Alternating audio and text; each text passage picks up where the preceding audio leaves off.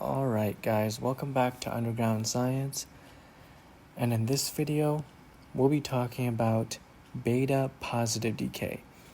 If you guys remember, in my last video I talked about beta negative decay, and I said that the basic idea of beta negative decay was that a neutron in the nucleus of an atom ejects an electron, and that neutron becomes a proton. So we gained a proton, we lost a neutron.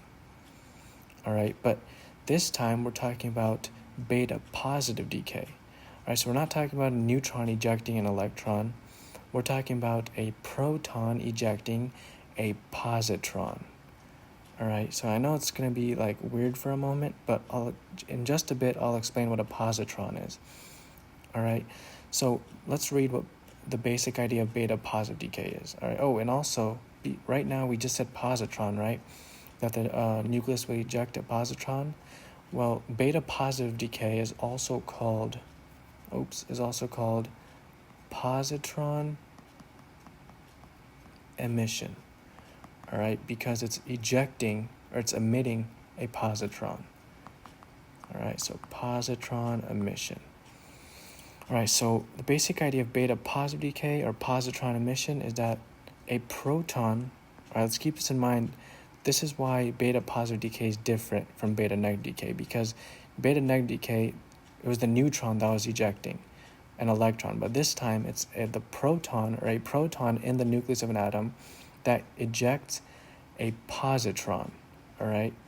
Not an electron like in beta negative decay. All right, so the proton's going to eject a positron so that the nucleus of that atom can have more neutrons, all right? So that's the goal of positron emission. Atoms will undergo positron emission if they need more neutrons to become stable.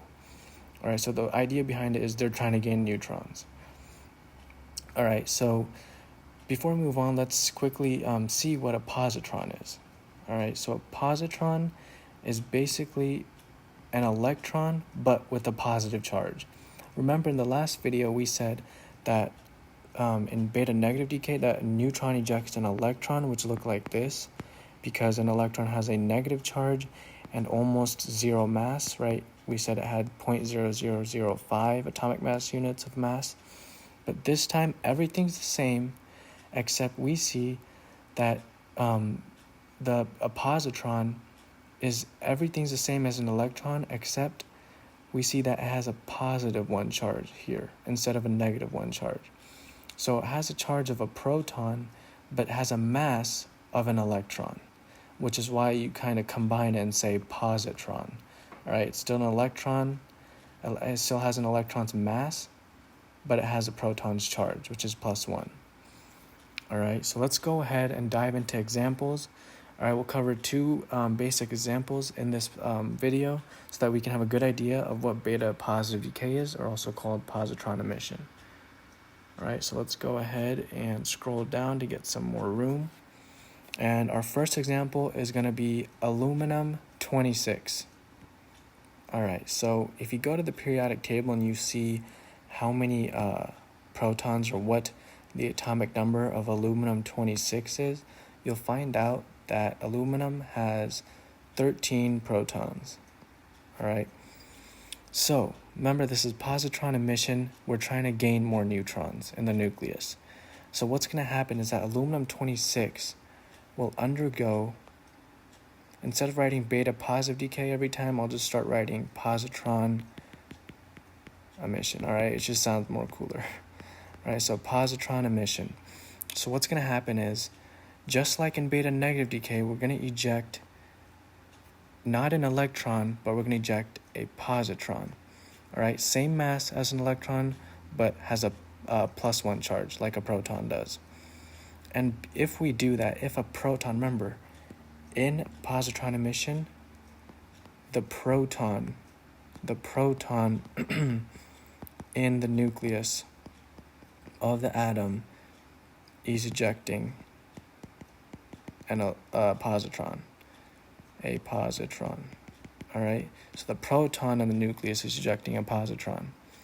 And if a proton ejects a positive charge, remember, a proton's already a positive charge.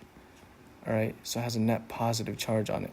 And if it gives this away, if you think about it, what's going to happen is this proton is going to become neutral, or as we say, the proton is going to turn into a neutron, which is neutral, all right, has no charge.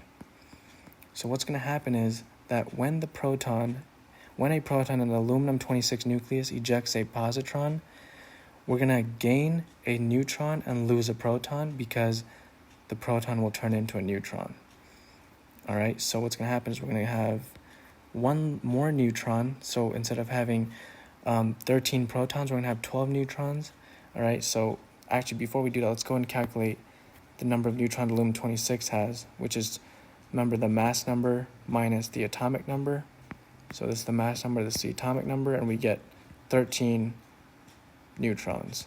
All right, now since a neutron was made because a proton turned into a neutron via positron emission, we're going to have 14 neutrons. All right, so it's kind of unclear here. So what we're going to do is scroll down and rewrite this real quick. All right, so we have more room. We just don't want it to be too confusing. So aluminum 26, we had initially underwent positron emission, all right, by ejecting a positron, and became an atom with now 12 protons with the same mass, because although we did lose a proton, you would think that the mass number would decrease. However, we gained a neutron. So it evened out, all right? Because I mentioned this in my last video also, a mass of a neutron is about 1.009 atomic mass units, and a mass of a proton is 1.007 atomic mass units. So you can see they're almost the same. So because we lose a proton and gain a neutron, the mass number stays the same, which is still 26. All right. Now you go to the periodic table and you see which element has an atomic number of 12. You're going to find that it's magnesium. All right. So we underwent positron emission. Right. We underwent positron emission. A proton with a positive charge in the nucleus of aluminum-26 ejected a positron, which meant that the proton right here turned into a neutron because it gave away a positive charge. All right, and then so that means we gained a neutron. So let me go and write that down. We gained a neutron and lost a proton. All right, so that's why now, if you calculate the number of neutrons magnesium-26 has, all you have to do is the mass number minus the atomic number, and you'll see that that is 14. All right, so 14 neutrons. So see, we went from 13 neutrons for aluminum-26 to 14 neutrons for magnesium-26. All right, and we went from 13 protons to 12 protons. All right, because of positron emission. All right, so that was one example of positron emission, right? The ejection of a positron from the nucleus of an atom. All right, now let's look at carbon-11 as our second example. All right, and we'll probably, to make this video short and sweet, this will be our last example, and we're talking about carbon-11 like we said. All right, so the basic idea, right, of positron emission is so that atom can gain more neutrons to become more stable. It's all about stability here. All right, so remember, carbon has 6 protons in its nucleus. All right, so let's do the same thing here, right? It's carbon-11 is going to undergo positron emission so that it can gain more neutrons, or in this case, 1 neutron in its nucleus. All right, so let's go ahead and draw that out to become more stable, okay?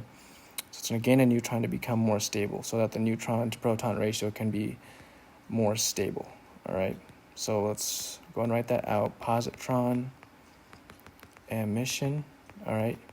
Emitting a positron. So remember, a proton in the carbon-11 nucleus will eject a positron. Again, a positron is nothing but an electron, or nothing but has the same mass as an electron, all right, which is 0.0005 atomic mass units, or 0 in this case. However, has a charge of a proton, which is +1. So it's called a positron. And if a proton with a positive charge gives away its positive charge as a form of a positron, it's going to become neutral, which is also called a neutron. So what happened here is we lost a proton because it turned into a neutron. So we gained a neutron. All right, so that means we lost a proton. So now we're going to have an element or an atom with 5 protons, however, with the same mass number, because remember up here, or it's actually right here, we talked about that a neutron's mass and a proton's mass is almost the same. And we just said here we lost a proton, but then in return we gained a neutron because that proton turned into a neutron via positron emission. So we balanced the mass out. So it's still 11. All right, now, final step, go to the periodic table and look at, all right, which element in the periodic table has an atomic number of 5. All right, actually, let me write that 5 better because that's an ugly 5. All right, let's go and erase that and write better 5. There you go. Okay, it's still pretty ugly, but it's fine. Oops, let's go and erase that. All right, so if we look, we'll see that boron has an atomic number of 5. All right, so what happened here again was that we went from, choose a different color, we went from 6 protons to 5 protons, and then we went from 5 neutrons to 6 neutrons. All right, so again, we just saw what happened here, that we gained a neutron, but then we lost a proton. All right, and that's the basic idea behind positron emission. We're trying to gain neutrons here to become more stable. All right, and this is actually a really fascinating topic, is that radioactive decay, right? Atoms will undergo radioactive decay just to become more stable. All right, it's pretty cool to think about. All right, so that ends our video right there. That's the basic idea behind positron emission, is that a proton will eject a positron. Again, don't get too confused by the word positron.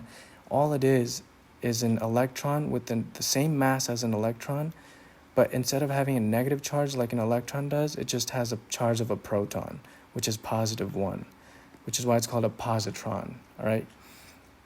So that's pretty much it for positron emission. And in my next video, I'll probably be talking about topics related to biochem and more topics about chemistry coming soon, about different types of radioactive decay, or more different types of radioactive decay and quantum numbers and other cool topics, and other cool topics in biology and biochem and physics soon also, all right? And so I hope you guys stay tuned and make sure to hit that notification bell so you know when I publish my videos, and don't forget to like and subscribe, and I really hope to see you guys later.